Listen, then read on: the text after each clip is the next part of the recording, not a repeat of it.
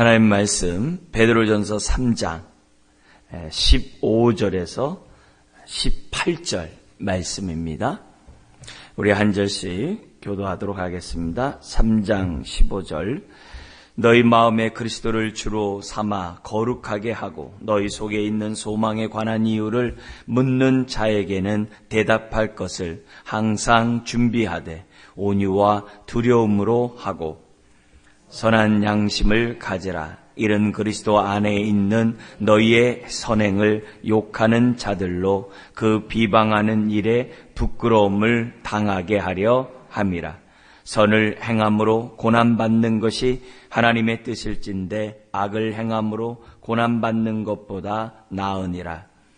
그리스도께서도 단번에 죄를 위하여 죽으사 의인으로서 불의한 자를 대신하셨으니 이는 우리를 하나님 앞으로 인도하려 하심이라.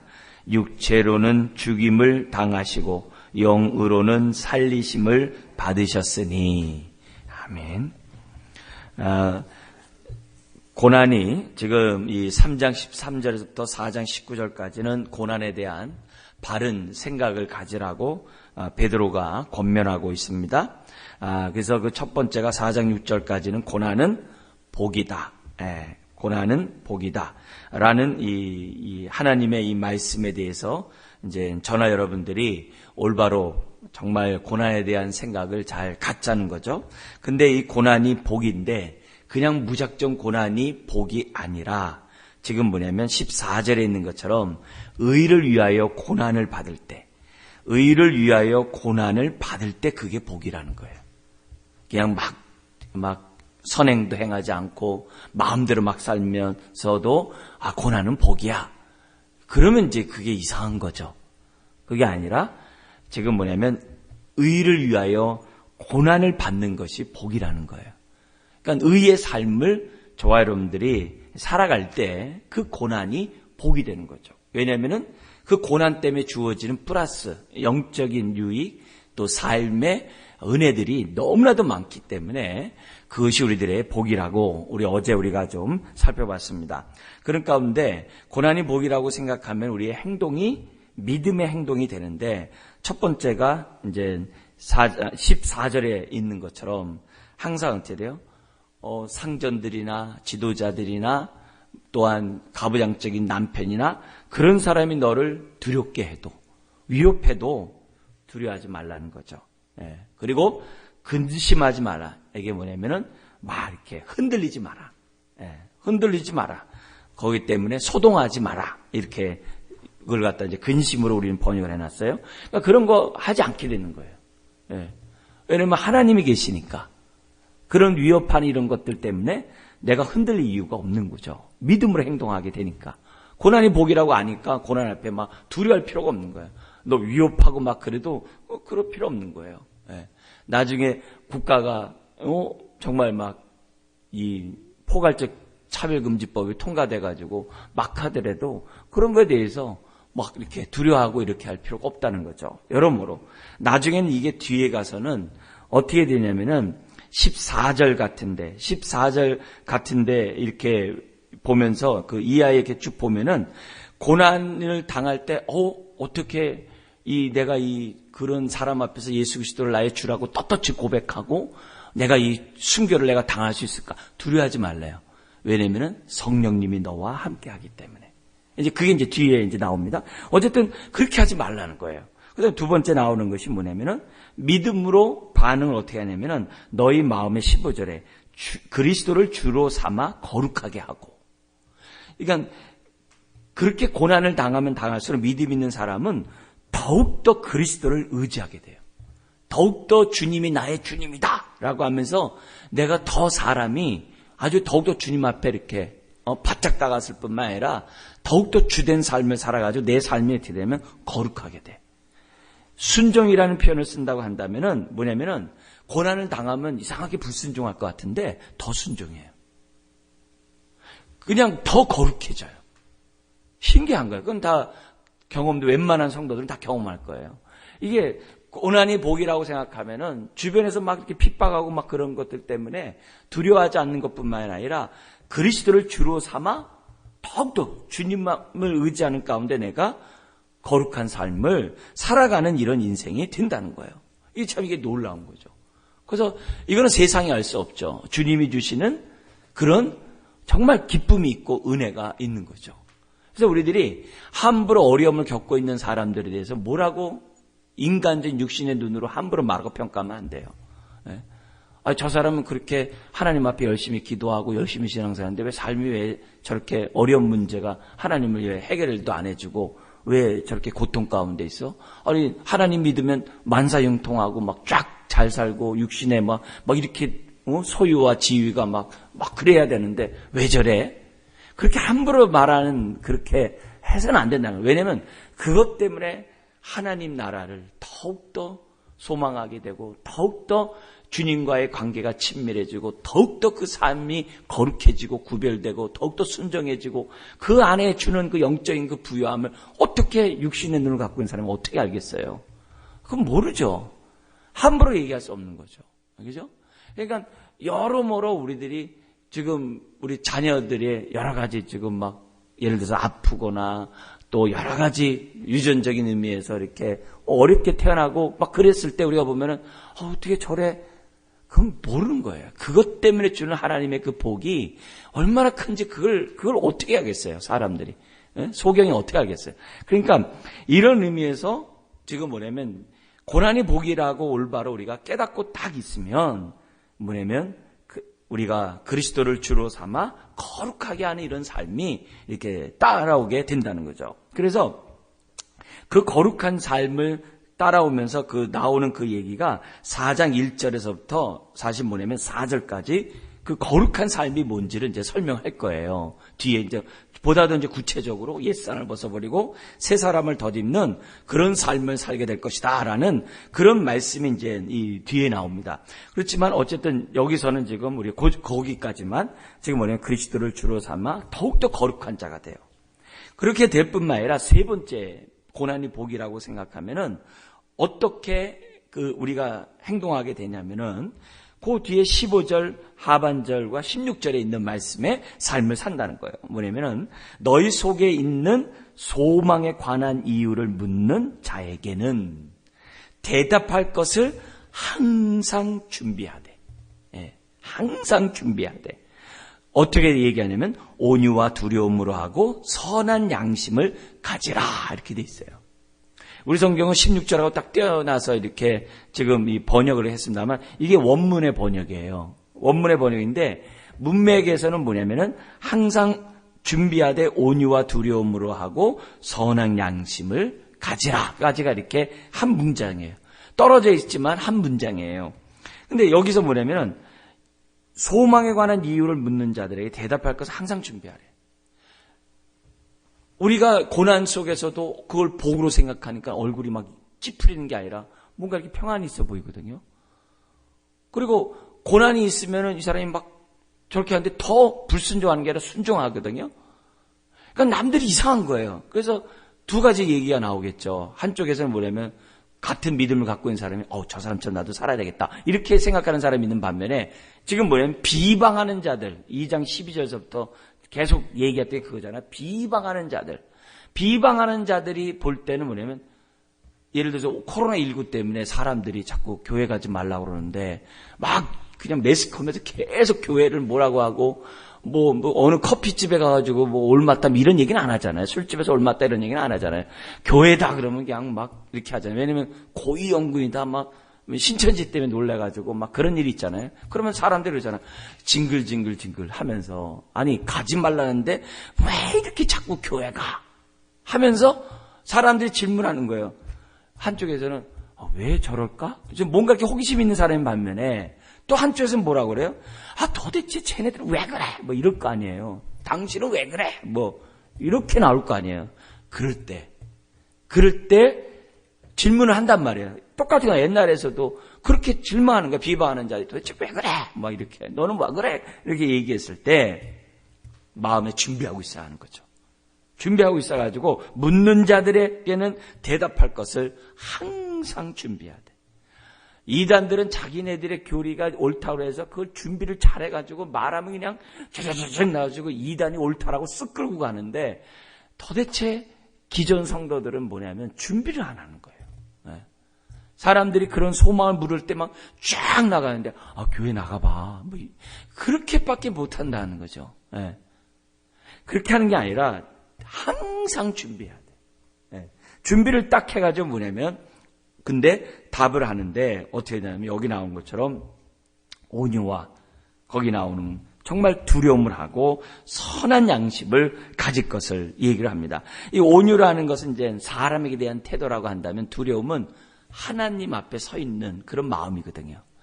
그러니까 이 자체 그리고 선한 양심에서 강조점이 양심이에요.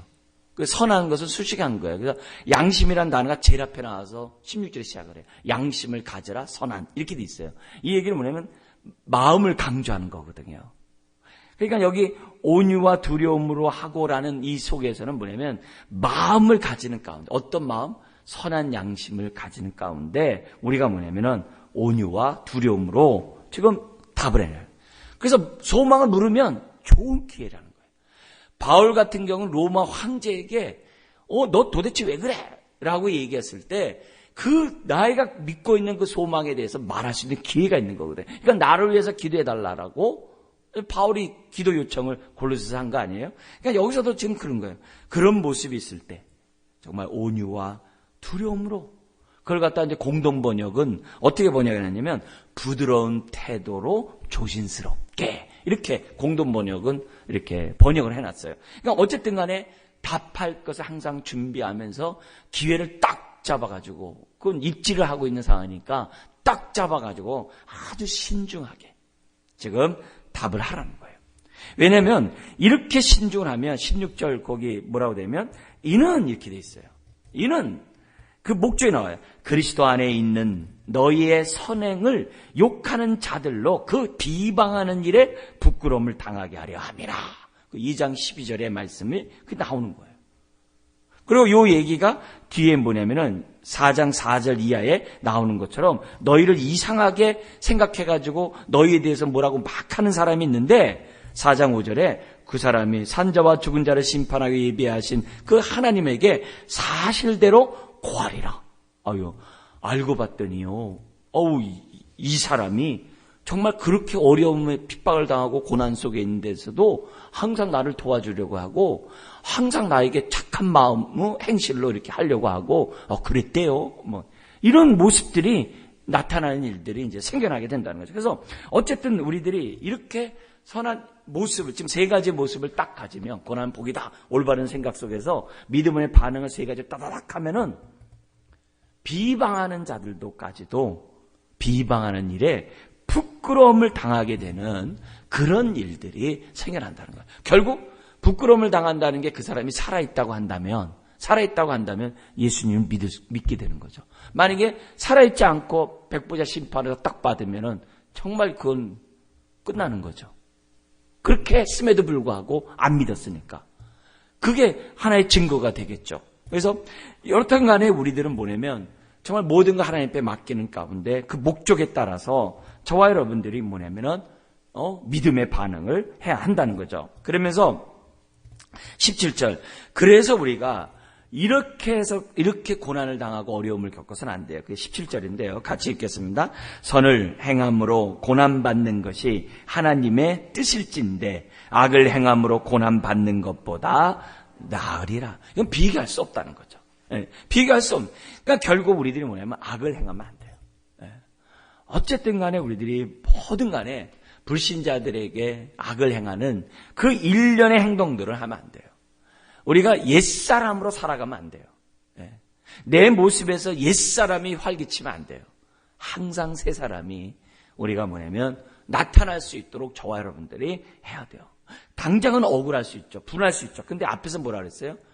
그리스도께서 맞대응하지 아니하고 본을 끼쳐 따라오게 하려 함이라 라고 앞에서 했잖아요. 그죠? 그 2장에서 그 샘플을 우리에게 보여줬잖아요. 그러니까 그런 모습에서 털강자 앞에서 잠잠했던 그 양과 같은 그 모습, 그런 모습으로 우리들이 저나 여러분들이 사셔야 하는 거죠. 근데 그게 이제 이게 되는 게 아니죠. 되는 게 아니죠. 저 아직도 이제 기억나는 그게, 그런 몇몇 장면들 가운데 그 하나가 뭐냐면은, 제가 이제 여기 와서 이제 이렇게 교회를 새롭게 개척하고 이제 막 시작을 하는데, 어떤 성도 그분이 그냥 사사건건 만나면 막 이렇게 쌍욕을 하면서 그렇게 저를 갖다 막 이렇게 몰아붙이는 거예요. 일반 성도들은 잘 모르죠. 잘 모르는데, 왜냐면 없을 때 와가지고 욕을 하니까. 막 보통 한두 시간씩 욕을 그렇게 해요. 네? 뭐냐면, 왜 여기 와가지고서 이렇게 해가지고서 이 선임자, 여기 이제 개척하시다가 이제 나가셨던 그 목사님을 이렇게 쫓아냈냐고 하면서, 저는 듣지도 못한 그런 걸 이렇게 사람들이 이렇게 얘기를 해가지고서 그 얘기 듣고서 그걸 몇 달 동안 그렇게 욕을 하더라고요. 욕을 하더라도 맞대응을 안 하니까 결국 이제 이렇게 나가셨는데, 그걸 보면서 아무리 설명하더라도 안 되는 거예요.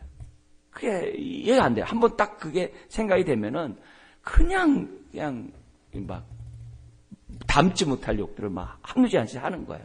그러면서 뭐 또 이렇게 예배는 또 예배대로 남들 수 있을 때는 전혀 모르게 예배를 드리면서 이렇게 하고 그런 일들이 있었어요. 그래서 그거 보면서 맞대응하지 않고 이렇게 한다는 것이 사실 쉬운 게 아니에요. 속에서 막 올라오는데 그게 이게 하는 게 아니에요. 이제 그런 모습에서 항상 이 베드로전서의 말씀을 알고 있으니까 맞대응하지 않으려고 하는 그러한 모습이 견제한다는 게 사실 쉽지 않아요. 그렇지만 또 어떻게 돼요? 우리들이 그런 식으로 나갈 때 이게 되는 거죠. 이게 이제 하나님 앞에서 할 말이 있는 거죠. 비방하는 자들로 부끄러움을 당하게 하래요.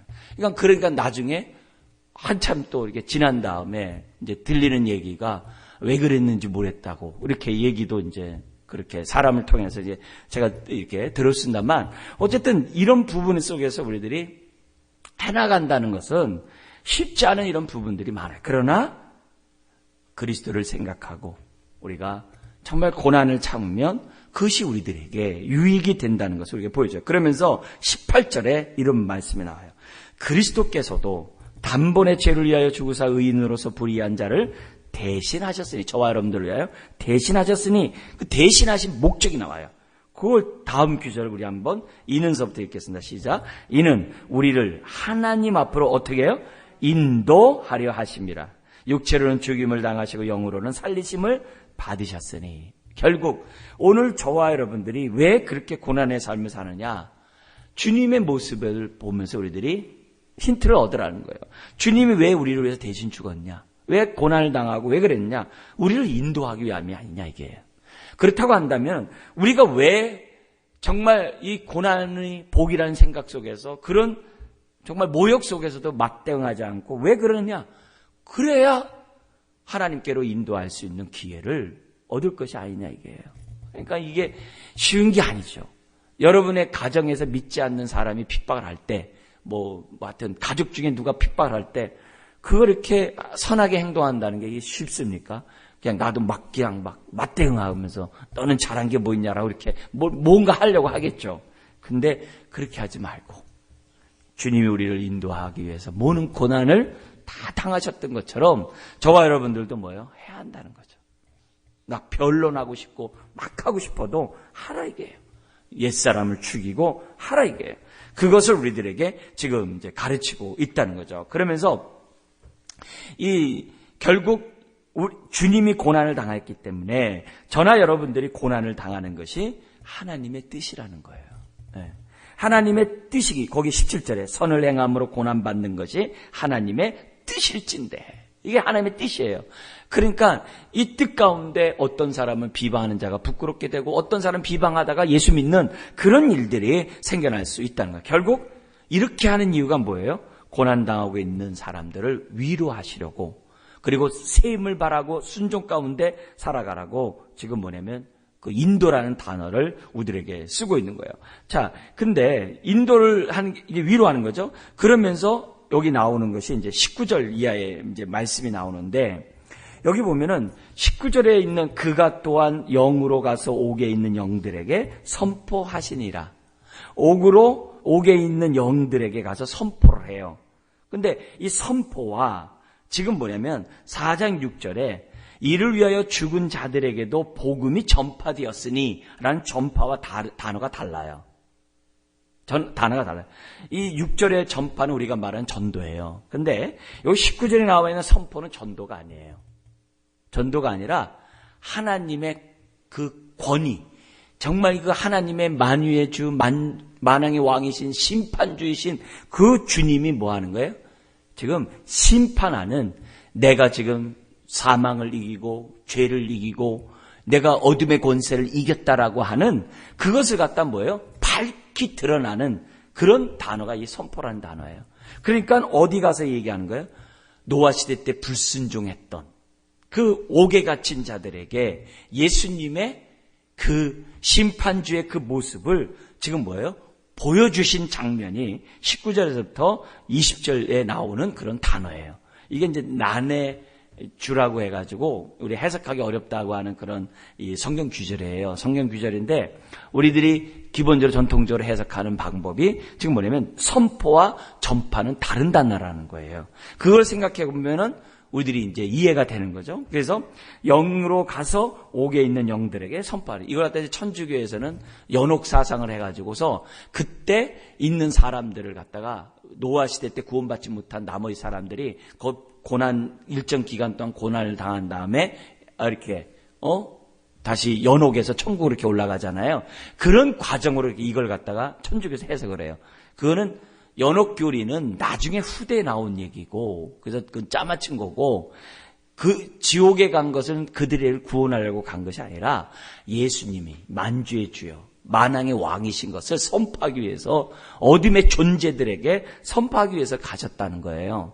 그게 이제 개신교의 해석이고 천주교 해석과 이제 이게 달라지게 되는 이런 부분이에요.